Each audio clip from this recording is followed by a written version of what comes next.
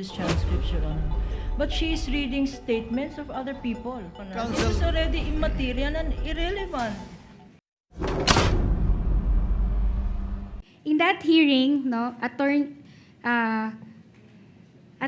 Camora said, yes, good morning, Madam Chair. As to the 2022 notice of disallowance, no, there were 3. Kasi nga tinanong siya kung ano yung grounds. No? Then the chairperson, sabi, ma'am, pakilakasan po yung boses ninyo, hindi marinig. Ms. Camora, okay, there were 3 items that are part of the notice of disallowance. The first one is non-submission of documents on the payment of rewards. The second one is charging some items that are not compliant under the rules, joint circular. And the third one is non-submission of the revised accomplishment report on the OVP to the 3 regulatory offices, which are the office of the President, the Senate President, and the Speaker of the House of Representatives. Because they submitted the original one and they made an amendment. And then Representative Swansing said, Mr. Chair, if COA, and then the chairperson said, please proceed, Congresswoman Swansing. Representative Swansing, may I please be enlightened to explain to us, because it seems a little bit technical as to how it was explained by COA, kung pwede hong maipaliwanag sa atin in non-technical terms as to the grounds for disallowance. Okay. Chairperson, COA, pakisimplify, please explain it in layman's term. Ms. Camora, yes, basically, the disallowance are because hindi po nag-submit ng required documents under the joint circular. Do you confirm that? Yes po, based po sa Okay, document. na sinabi niya yan. Opo. Okay. So, okay. Let's go to the April 14, 2026 hearing sa COJ, Committee on Justice. Nandun ho kayo? Opo, pero hindi ko na rin po gaano maalala yung Sige, specifics. okay lang. No? We will flash the TSN, the relevant TSN for that. No? Yes, we are referring to page 194 of the COJ TSN dated April 14, 2026. Kindly flash it on the screen. 194. Okay. Okay. So, in that hearing, Representative De Lima asked Attorney Camora, no, if there's anything in the COA decision dated April 10, 2026, stating that the alleged misuse of funds, Okay, just to lay the basis, no? Dito sa hearing na to, tinanong ho si Attorney Camora na kung may decision na ba ho yung COA doon sa appeal ni respondent. Tama ho? Maalala nyo lang. Yun po ba yung sa... April 14 na hearing. pero pertaining po ito dun sa fourth quarter 2022 ng OVP. Yes, sakto po. Opo. Okay, so tinanong siya, no? Sinabi niya may decision na nga dated April 10. And then Representative De Lima propounded some questions which are found on page 194 of the TSN. So sabi ho ni Representative De Lima, meron din hubang nakasabi, although I know, nasabi nga po, nilinaw po ng ating chair na let's wait for the copy. Yung talagang official copy of the decision. Although you have it already, but we want really yung pinaka-official in the sense na nandyan yung hard copy. Attorney Camora said, opo. Representative De Lima, ay natatandaan niyo ho ba kung yung decision na yan ay may nakasabi doon na mali talaga yung paggamit ng mga confidential fund sa OVP at hindi alinsunod sa circular, sa joint circular? Ms. Camora said, Madam Chair, it's sandali lang po ulit. Then Representative De Lima, hindi sa mga tamang gamit ng confidential funds as prescribed under the joint circular. And then Ms. Camora said, nakalagay po in this case, the accomplishment report on the utilization of confidential and intelligence funds, the DEPs and the certifications submitted failed to comply with the guidelines and conditions set forth under the joint circular po. Your Honor, please, if I Yes. may interject at this What moment. is Your Honor. the interjection of Attorney Kapunan? Your Honor, please, counsel is reading from transcripts. She is reading from transcripts which are, we have judicial notice of these transcripts, Your Honor. But she is reading statements of other people and asking this witness about statements of Hamora, about statements of other people, Your Honor, just by her being present there, Your Honor. Now, if that is their intention, then they should present that witness here. Because that witness can testify on her personal knowledge. You are asking this witness who was just there, she can state that a meeting actually occurred, that she was there. But if you are going to ask her to confirm, for what purpose, Your Honor? These transcripts will show the presence of Hamora. It will show her presence. I'd like to thank Attorney Kapunan. You did not make an objection, but I would have sustained it.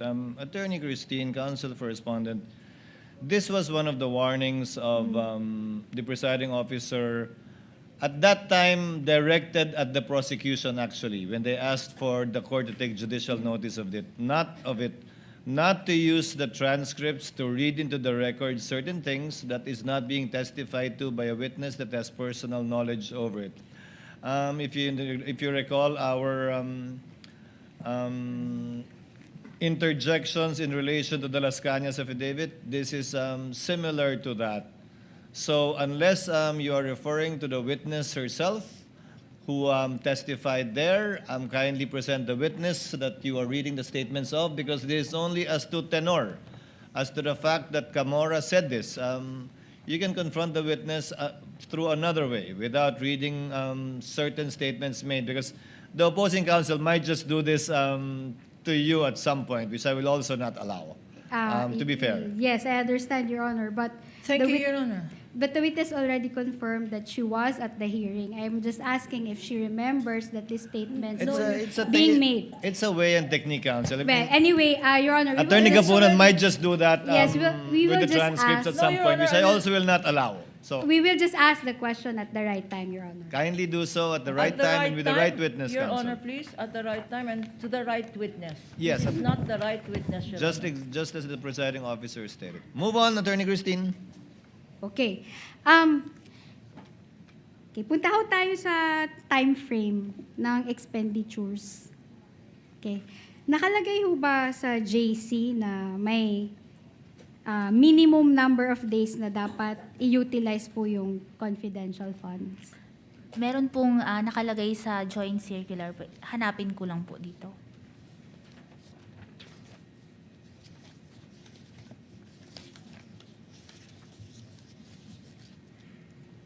Dun po sa item 6.1.5 that cash advances shall be limited to the requirements for 3 months. Tapos, yun po, the disbursement voucher. Dun po nasa Okay. 6.1.5. Sige, salamat po. No, you're referring to the cash that is being provided by the agency, which should be limited only for 3 months, tama? Opo, tama.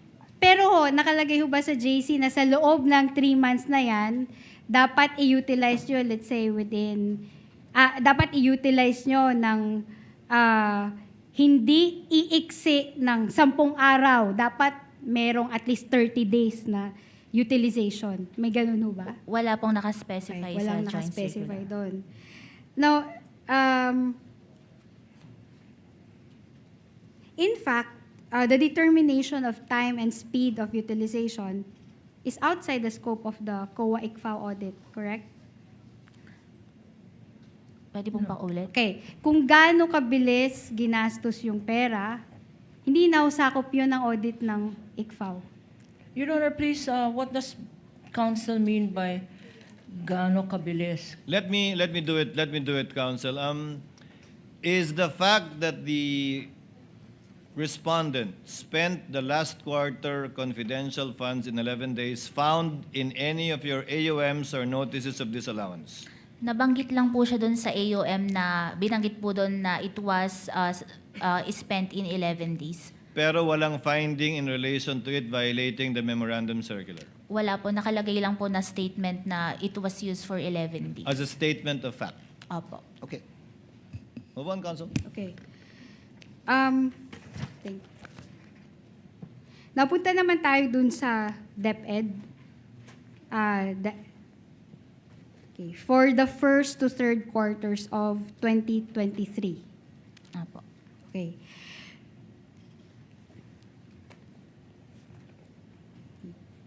So, with respect to the DepEd confidential funds, no, nasabi nyo rin kahapon na may credit notice na number 2024-162 dated August 8, 2024. Tama? Opo. Okay, yung amount nun ay 75 million pesos. Opo, for the 2 quarters. Okay. And the credit notice was signed by the chairperson Gamaliel Cordoba. Opo, tama po. Okay. So, the issuance of credit notice means that the confidential expenses totaling 75 million were already allowed in audit. Correct? Opo, base po. Nung Based na-issue dun po sa yan. credit notice. Okay. So, bale, yung findings ho ni Attorney Wamil, okay, balik ko tayo dun sa AOM number 2024-015, paki-flash ho ulit. Yung AOM number 2024-015, dated February 1, okay, covering the first and second quarter of 2023, binaliwala na ho yun ng COA. Hindi po sa binaliwala, pero nung in-evaluate po namin yung kanilang response, na-comply po yung requirements ng joint Yun nga, circular. kinancel na yon. Kumbaga, hindi na inadapt ni COA yon, yung findings na yon. Opo, kasi nga during the evaluation, na-comply na yung mga issues raised sa AOM. Okay. So, ibig sabihin, can we go to page 3 of the AOM? No, yung page 3 kasi nakalagay doon yung mga accomplishment reports. No, we have observed that there was a lengthy direct examination here on the part of Attorney Wamil. No, so ito lahat ng nakalagay sa accomplishment reports. No, itong counterinsurgency program, abuse prevention and control within the schools, anti-illegal activities operations, anti-extremism terrorist programs. All of the amounts spent here were already allowed in audit. Opo, tama. Okay, thank you.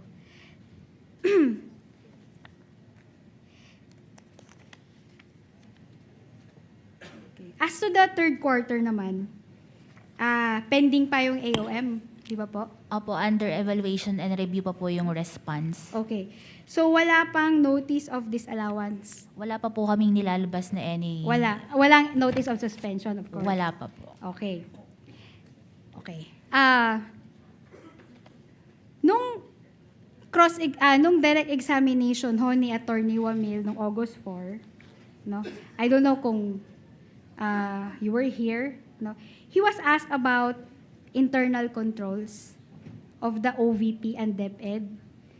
At sinabi po niya, no, based, which I quote, no, I will not ask the witness if she heard it, Your Honor. That's my caveat. Your Honor, please, again, before counsel proceeds with this line of questioning, there is only one witness here, Your Honor. There are not two. Attorney Wamil is not here. They had the opportunity to ask these questions from Attorney Wamil. Now, to ask these questions from this witness about what Attorney Wamil said, Your Honor, I think I was going to say, but I'll say it anyway, it's an absolute waste of time of this honorable court, Your Honor. To ask these questions, to ask this witness to confirm, did you hear what Attorney No, I will Wamil not say? ask that Did you question. see what he said on TV? Your Honor, please, you can ask this question directly from this witness, unless you want to call Attorney Wamil again to the witness stand and ask questions you did not ask before. Your Honor. Your Honor, Counsel, the presiding officer will allow it because it's part of cross to try to test the credibility of the witness in relation to statements made by a co-worker, or at least a co-worker still, who turned over documents to her pertaining to the OVP and the DepEd. Kindly proceed with your question because I'm sure the witness will ask you to repeat your question again anyway, Attorney Yes, Christine. thank you, Your Honor. Actually, at the good counsel, Attorney Kapunan, is preempting my question. Wala pa nga ho akong question. Kindly At ask sinabi your ko hindi dahil narinig niya yun o hindi. Hindi yun yung question ko, no? So, in that, on August 4, no, tinanong si Attorney Wamil about his opinion on the internal controls of the DepEd and the Vice President. Okay, ito yung sinabi ni Attorney Kapunan. Nakita ba natin sa mga dokumento na sinubmit ng Vice President at ng Secretary of DepEd, nakita ba natin yung mga internal controls? Sabi ni Attorney Wamil, opo. Since based on the documents po, may deficiencies pa na noted, no? So it can be inferred, sabi ho niya, na hindi strong yung kanilang internal control. Now, does the COA-ICFAO evaluate the internal control of an agency? Yung sa internal control po ng agency, nasa responsibility po kasi ng head of agency to institute internal control po. Okay, so in short, anong sagot ninyo doon? Yes or no po? Kasakop ba ng audit ng COA-ICFAO yung evaluation ng internal control ng OVP? Ang magiging kwan lang po namin doon, participation, is sa pag-evaluate ng documents. Makikita po kasi yung No, just answer. internal- Sorry, I will. She's I will- answering, Your Honor. I Allow think her to answer. let the witness answer, Okay. counsel. Okay, Your Honor. Based po kasi 'di ba doon sa evaluation ng documents, makikita kasi doon na hindi maganda yung internal control, gaya nga po ng nagsabi, kasi hindi naging compliant doon sa joint circular po. Okay, but is that finding on internal control, is that something that you can find in the notice of disallowances? Notices of disallowance, nakalagay ho ba doon na internal control nyo mahina, dapat baguhin ninyo kasi hindi kayo nagko-comply ng documents. Nakalagay ho ba doon? Hindi po siya nakalagay na word, pero yun po yung nasa recommendation para yung ma-comply nila yung documents, at sa susunod na pwede po bang makahiram ng copy ng AOM para lang po may ikot ako. Kindly Well, show yeah. notice of disallowance or AUM? No, Sir? I'm referring to the NDs, Miss Witness. The notice of disallowance. Yes, yes, Your Ano po Honor. ba yung Ang tanong ko lang, simple lang ho yung tanong ko. Nandun ho ba sa findings ninyo? Okay, kaklaro ko, Your Honor. Nakalagay ho ba dun sa findings ninyo, very specific na to, na, uy, OVP, mahina yung internal control nyo, kaya dinidisallow namin itong expense na to. Hindi po siya nakalagay doon na mahina yung internal control.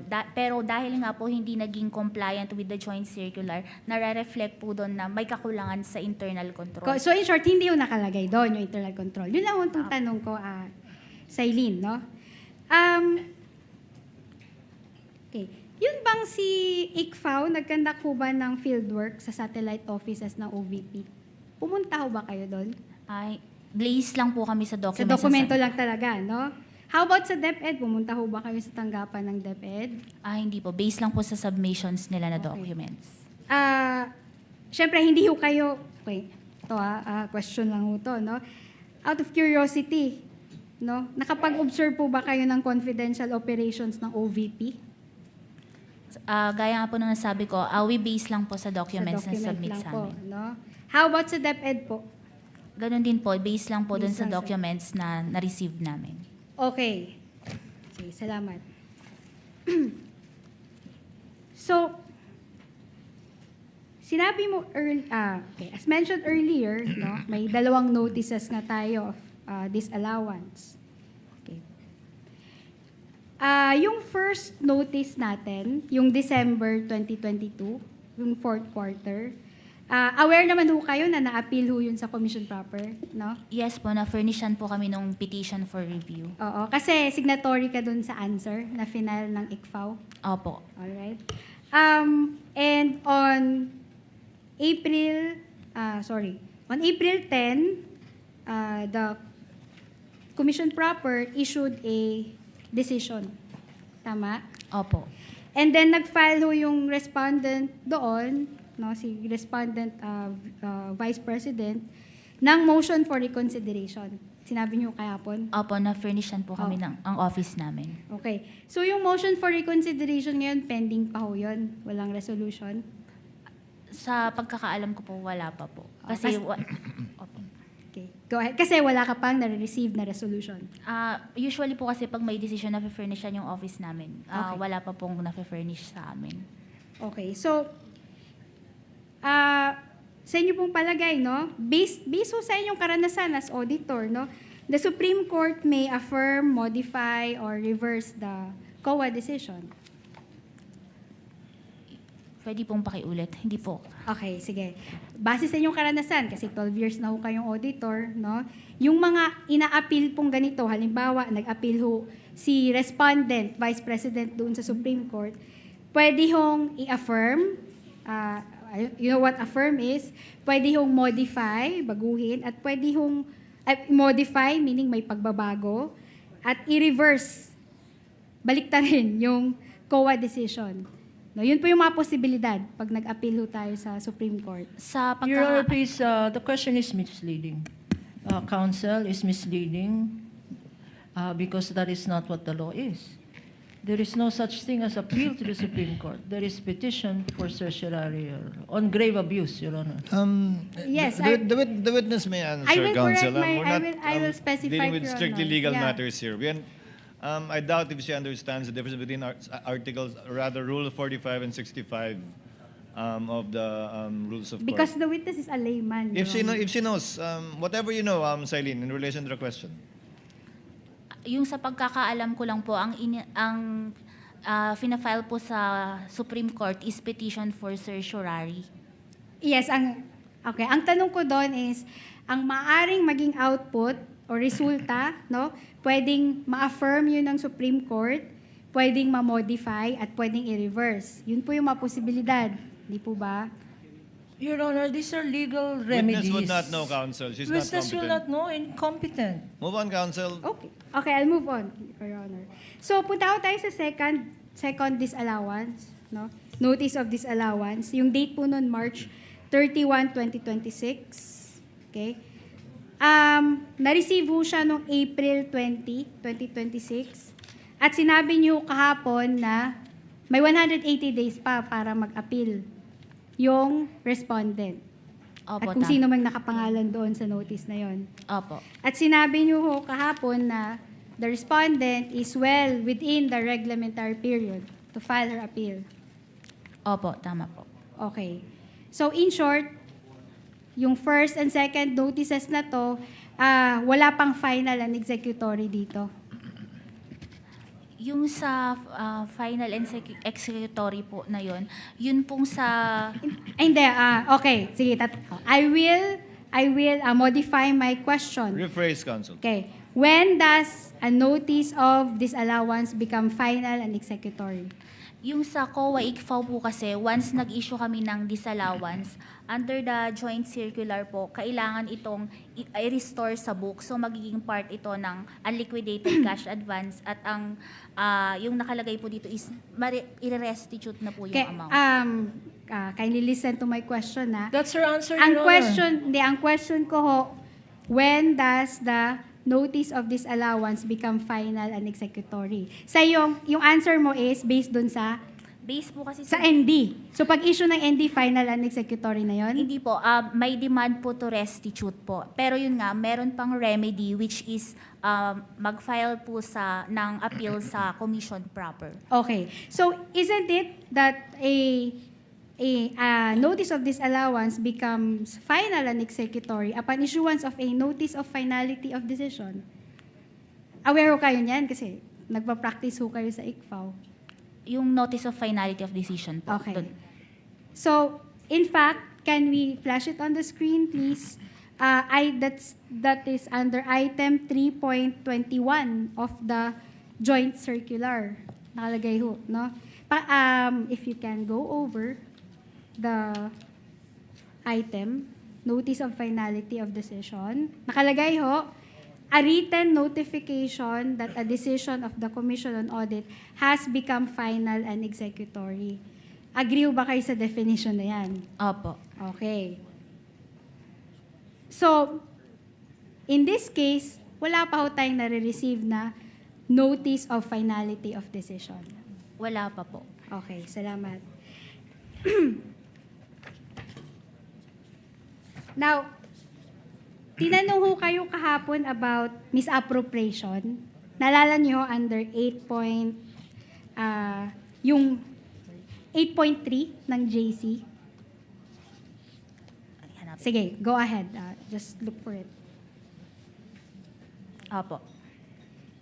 Okay? So, tinanong ho kayo, no, na, okay, you were asked as to when does a prima facie presumption of misappropriation for personal benefit by an accountable officer arise under section or item 8.3 of the JC, no? Anong sagot niyo ho? You equated that with failure to liquidate. Tama ho? Opo. Okay. Anong sinabi niyo ho, when we say failure to liquidate, correct me if I'm wrong, sinabi niyo ho, when there is submission of incomplete documents. Yun ang sinabi niyo kahapon. Tama ho ba? Yung pag-intindi ko? Pwede pong pakiulit. Okay. Sinabi ho sa inyo kahapon, tinanong ho kayo, when is there failure to liquidate? Sinabi niyo ho, pag may incomplete submission ng documents, there is failure to liquidate. Tama po ba? Can I clarify po? Baka, Sige, ulitin ko na lang yung tanong sa'yo ngayon. Kailan ho ba natin masasabi under 8.3 ng JC that there is a failure to liquidate? kasi po dito sa OBP, pag po kasi yung notice of disallowance na issue na, babalik siya as part ng unliquidated cash advance ng SDO. Okay, so I will stop you there ha, sorry.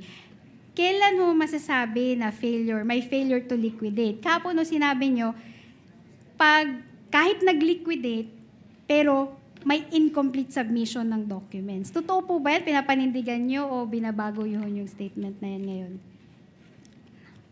Ang kwan ko po dun is yung failure to liquidate is, yun nga po, pag na-ND na siya at naibalik na to sa book. So, may magpo-form part ng unliquidated cash advance. So, lalabas siya na failure to liquidate. So, okay. Kahit yung reason ng ND is incomplete submission of documents. Kasi nga po, yung... Hindi, let's answer me.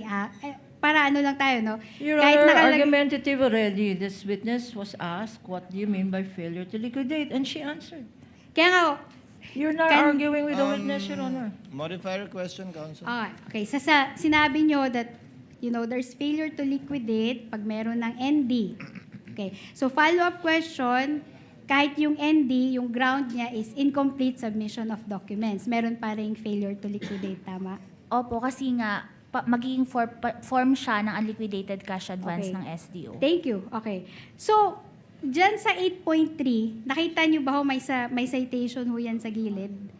Yung Supreme Court case na Antonio Martinez versus People and Sandigan Bayan, GR number 126413, dated August 20, 1999. Nakita nyo ba yung citation na yan? Hindi ko po siya nabasa. Hindi nyo po siya nabasa. Okay. Okay, so, do you know that that case involves a former OIC and acting mayor of Caloocan City who failed to submit liquidation of his cash advances upon demand by the treasurer? Asked and answered, Your Honor. This Hindi witness niya alam. says she does not She know did this not case. read it, counsel. Okay. So, in short, yung citation dyan sa 8.3, hindi nyo alam yung legal basis kasi hindi nyo nabasa yung Martinez case. Asked and answered, Your Honor. Okay, hindi. Asked and answered. Okay, I will take that as a no, Your Honor.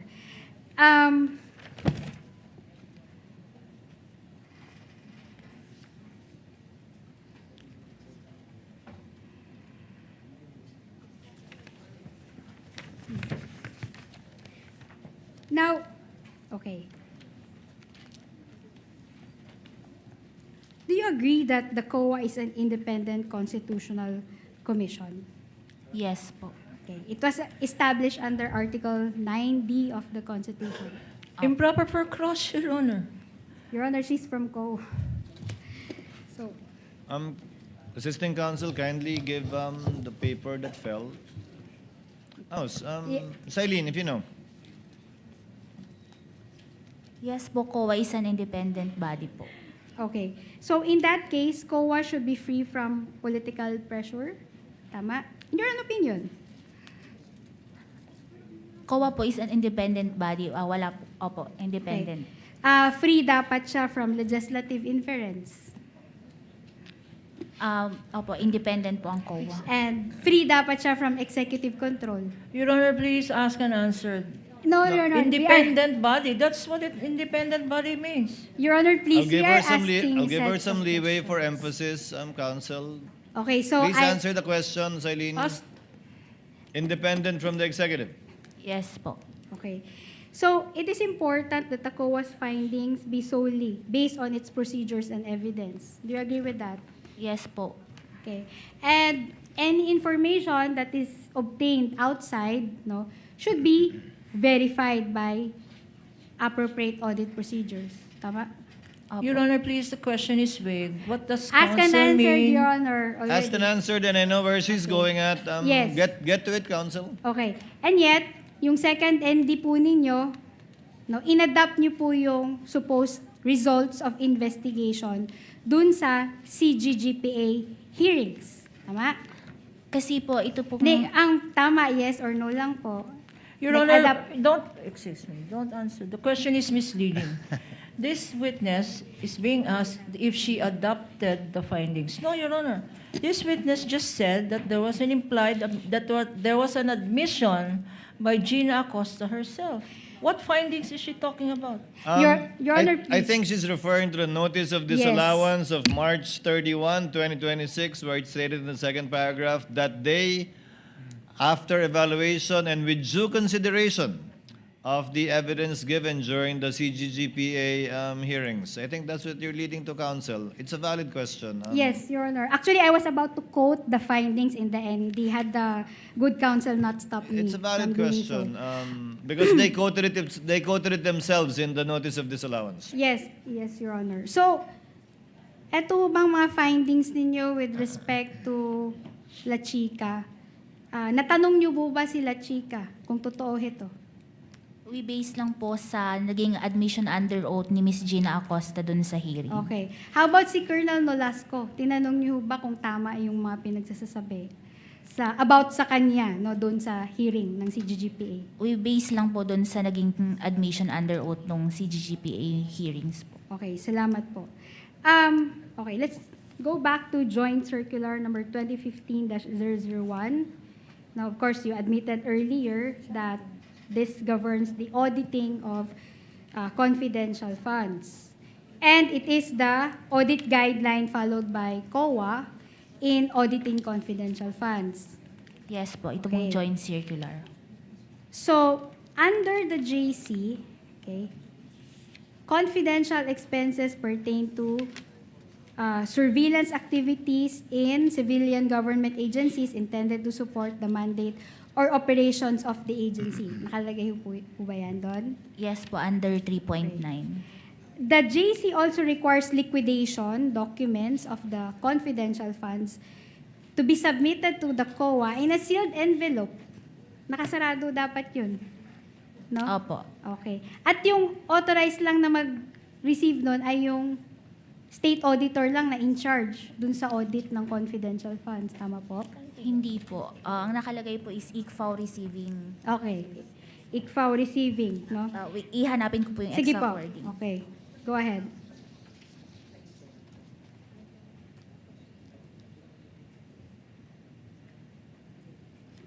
Ang nakalagay po rito, ICFAO authorized receiving staff. Okay, authorized receiving staff. Hindi po ba yan yung assigned auditor? Hindi po. Not necessary, no? So, yung mga documents na yon are only to be examined by the COA ICFAO. No? Under the JC. Yes po, yung mga liquidation documents po na sinasubmit. And yung restriction dun sa JC, no, syempre na-explain po ito sa inyo bilang auditor, they are intended to prevent unauthorized disclosure of confidential information. Tama ho? Dapat po ingatan namin din yung laman ng mga dokumento na yon. Okay. And the joint circular likewise requires the security officer to safeguard the confidential information from unauthorized disclosure. Nakita niyo yan sa JC? Yun po yung nakalagay na definition ng Okay. security officer. And yet, during the COJ hearing, you transmitted documents to the Committee on Justice. This is requested po through a subpoena po. Requested through a subpoena, but you admit that you have submitted these documents, no? And the following were submitted to the COJ, no, Committee on Justice. Letter A, pa-confirm na lang po, all submissions of the OVP to the COA concerning the liquidation of the OVP's CF or confidential funds for the fourth quarter of 2022. Tama? Ito po ba yung copy? Yeah. Oh, yan. Sige. We are flashing it on screen and we are providing you a copy of that letter. Sige ho. So, paki-confirm na lang po, no? So, yung sinubmit ho dito sa COJ, all the submissions of the OVP to the COA concerning liquidation of the OVP CF for the fourth quarter of 2022 and the first to third quarter of 2023. Tama, Celine? Okay. Yung next item is all the submissions of the DepEd to the COA concerning the liquidation of the DepEd's CF for the first to third quarter of 2023. Tama? Opo, tama. Okay. The third item is all the issuances, resolutions of the COA in relation to the liquidation of the OVPs and DepEd's confidential funds. Tama?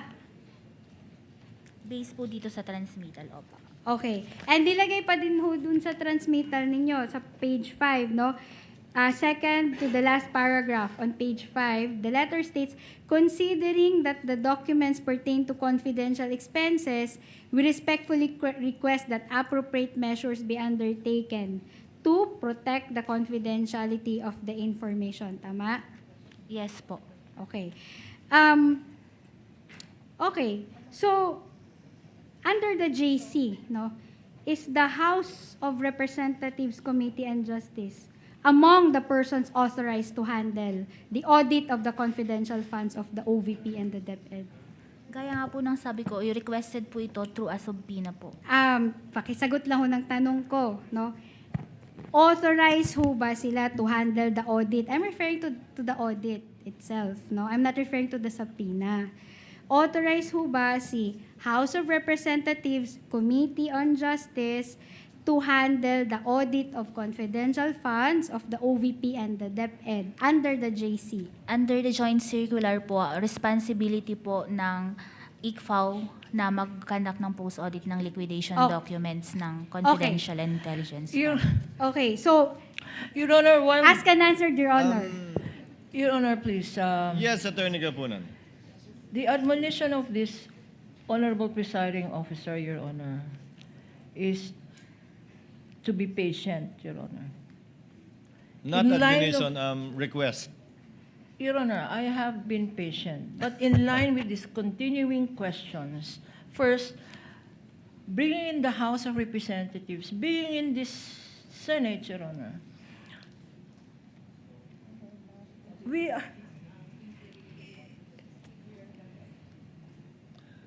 Counsel. It's in response to, are we auditing? Your Honor, please, if they're making a point that this witness, that the COA witnesses here, Your Honor, are here to testify because they're scared of the budget for their agency or they're scared of this congressman, Your Honor. Your Honor, this is already beyond beyond cross-examining. While this honorable presiding officer has given much leeway, Your Honor, let us confine ourselves to what precisely the definition of cross-examination is what was taken up during direct and what may be relevant. What may be relevant, Your Honor? This is beyond relevance, Your Honor. Counsel- This is already immaterial and irrelevant. The, If they want to show, if that is their strategy, if that is their defense, Your Honor, present a witness. no, Present. it's not an objection, Attorney Christine. I think it's more of a manifestation, but the presiding officer would ask you to move forward. I think the Yes, senator Your Honor. judges in the court see your point and Yep. where you're going at in I will. relation to this. You Yes. can move on to your next point. counsel. Actually, Your Honor, just a quick manifestation. The council is preempting my questions. I will not be asking questions on the budget, Your Honor. That's not the line of my the line or the questions that I will That's not ask, the Your point. Honor. Your Honor. Can I continue, Your Honor, please? Kindly wind Thank up with you. this point, Attorney Yes. Christine. Okay, so sa sinabi niyo ho, si COA ICFAO lamang ang may karapatan na mag-audit ng confidential funds of the OVP and the DepEd, tama ho? Based on the joint circular po, it is the responsibility of the ICFAO po. Okay, so si House of Representatives, Committee on Justice cannot review the decisions and actions Excuse me. taken by the COA. Excuse me. Asked and I think answered, the ruling counsel. of the Only presiding COA is to ICFAO go can to do it. another point. This is another point, Your Your Honor, Honor. the presiding officer has ruled. Counsels, please. I would consider it asked and answered. Only COA ICFAO can, and it's quite obvious. We can even take judicial notice of that as part of the law that the House does not have any power nor jurisdiction, nor the Senate for that matter, to review the findings of an independent constitutional commission, which under the law she answered to, can only be appealed via petition for certiorari under 45, citing Rule 65 to the Supreme Court.